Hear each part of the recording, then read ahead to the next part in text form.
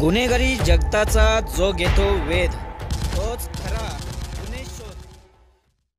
महत्वाची बातमी समोर येत आहे.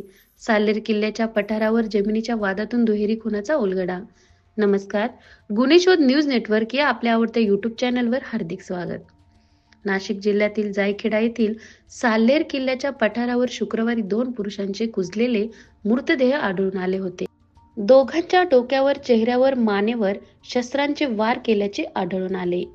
मृतदेहांच्या वस्त्र व इतर चीज वस्तूंवर पोलिसांनी मृतांची ओळख पटवली. त्यात रामभाऊ गोटीराम वाघ व नरेश रंगनाथ पवार अशी दोघांची नावे समोर आली. त्यानुसार जायखेडा पोलीस ठाण्यात अज्ञात मारेकऱ्यांविरोधात खुनाचा गुन्हा दाखल करून पोलिसांनी तपास सुरू केला.